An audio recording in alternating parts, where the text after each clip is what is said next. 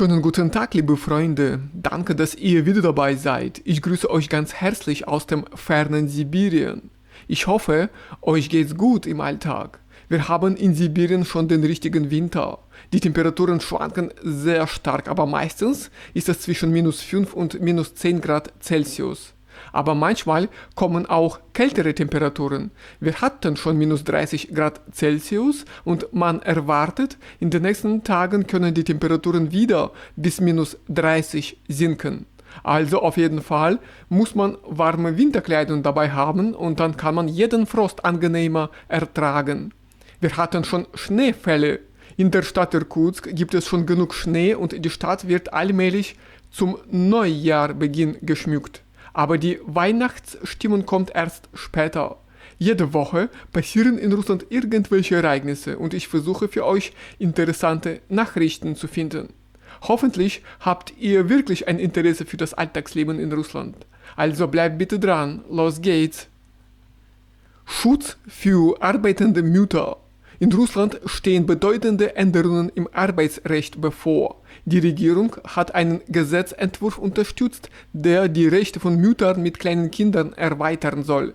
Wird das Gesetz verabschiedet, dürfen Arbeitgeber Müttern mit Kindern unter 3 Jahren künftig keine Probezeit mehr auferlegen. Derzeit gilt dieser Schutz nur für Mütter, deren Kinder jünger als 1,5 Jahre sind. Der neue Entwurf sieht vor, diese Regel auszuweiten und damit die Rückkehr in den Beruf nach der Elternzeit zu erleichtern.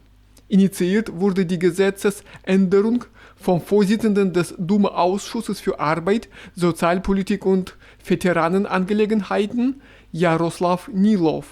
In der Erläuterung heißt es, dass die Erziehung eines Kindes bis zum Alter von 3 Jahren eine Phase hoher Belastung und großer Verantwortung darstellt.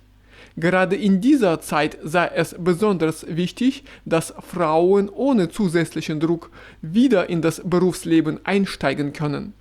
Nilov betonte, dass eine Probezeit in diesem Zeitraum unnötige Anspannung hervorruft, die berufliche Anpassung erschwert und Frauen daran hindert, vollständig in ihren Beruf zurückzukehren.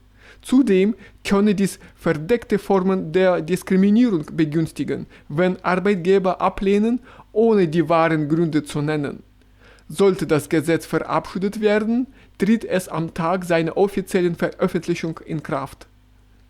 Einführung eines 13. Gehalts für Ärzte und Lehrkräfte. In Russland wird vorgeschlagen, eine jährliche Zahlung in Form eines 13. Monatsgehalts für Ärzte sowie pädagogische Mitarbeiter staatlicher und kommunaler Einrichtungen einzuführen. Mit dieser Initiative trat der Vizesprecher der Staatsduma von der LDPR, Boris Tschernyschow, auf. Der Abgeordnete wandte sich mit einem offiziellen Schreiben an den russischen Arbeitsminister Anton Kotjakow. Das Dokument liegt bereits Journalisten vor. Darin heißt es, dass die gesetzliche Verankerung eines 13. Gehalts auf Bundesebene den Personalbestand stärken, das Ansehen der Berufe im Bildungs- und Gesundheitswesen erhöhen und den sozialen Schutz der Beschäftigten verbessern würde. Nach Ansicht der Initiatoren soll die Zahlung garantiert und jährlich erfolgen, in einer Höhe von mindestens einem durchschnittlichen Monatsgehalt. Ausgezahlt werden könnte sie am Ende des Kalenderjahres aus Haushaltsmitteln. Voraussetzung für den Anspruch sei lediglich, dass Lehrer und medizinisches Personal ihre beruflichen Pflichten erfüllen und keine disziplinarischen Sanktionen haben. Tschernyschow betonte außerdem, dass diese Maßnahme nicht nur aktive Fachkräfte unterstütze, sondern auch dazu beitrage, qualifiziertes Personal in den Regionen zu halten. Langfristig, so seine Einschätzung, würde dies den Zustrom junger Menschen in diese Berufe fördern, die personelle Stabilität des Landes stärken und die Lebensqualität der Bevölkerung insgesamt verbessern. Neujahrsnacht in Russland. In der Neujahrsnacht denken viele nicht an die geltenden Ruhezeiten, doch Experten erinnern daran, dass die Rechte anderer Menschen dennoch berücksichtigt werden müssen. Darauf wies der russische Jurist Iwan Solowjow hin. Er erklärte, dass es in Russland noch kein einheitliches Bundesgesetz zur Nachtruhe gibt. Die entsprechenden Regeln sind in regionalen Gesetzen festgelegt und diese unterscheiden sich deutlich. In den meisten Regionen haben die Gesetzgeber jedoch eine Ausnahme für die Neujahrsnacht vorgesehen. In manchen Gebieten darf bis 3 Uhr morgens laut gefeiert werden, in anderen sogar bis 5 Uhr. Danach gelten wieder die üblichen Bestimmungen. Solowyjow betonte, dass laute Feiern am Morgen oder an den darauffolgenden Tagen leicht zu Konflikten führen und administrative Maßnahmen nach sich ziehen können. Daher sei es sinnvoll, trotz der festlichen Stimmung die geltenden Regeln einzuhalten. Mögliche Beschlagnahmung russischer Vermögenswerte. Der Pressesprecher des russischen Präsidenten Dmitri Peskov hat vor der Verantwortung konkreter Staaten und einzelner Personen im Zusammenhang mit einer möglichen Beschlagnahmung russischer Vermögenswerte gewarnt. Peskov erklärte, dass solche Schritte staatliche, persönliche und juristische Verantwortung nach sich ziehen würden. Er betonte zugleich, dass niemand offiziell Verantwortung für eine Enteignung übernehmen wolle, aber das Geld will man sehr gerne. Zuvor hatte auch das russische Außenministerium vor den Folgen einer möglichen Konfiskation gewarnt. Solche Maßnahmen, so das Ministerium, schafften Risiken für alle Staaten, die ihr Vermögen in westlichen Ländern halten. Russland sieht keinen Grund für Krieg mit Europa. Alexei Puschkow, Vorsitzender der Informationspolitikkommission des Föderationsrats, erklärte in einem Interview mit der serbischen Zeitung Politika, dass Russland keinen Grund für einen militärischen Konflikt mit Europa habe.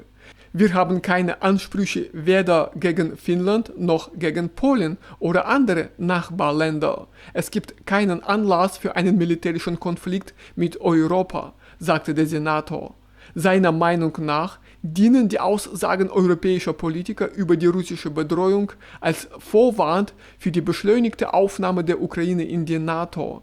Ziel sei es, das Land zu einem Brückenkopf gegen Russland mit Militärbasen und Waffen zu machen.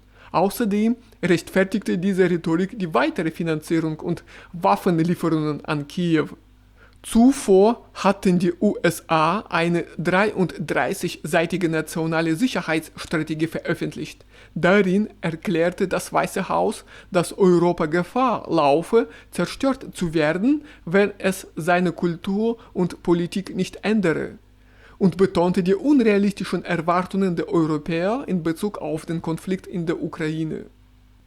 Russland plant Nürnberger Tribunal für ukrainische Neonazis. In Russland wird ein Analogon zum Nürnberger Tribunal für ukrainische Neonazis vorbereitet, wie der ehemalige Premierminister Russlands Sergei Stepaschin berichtete.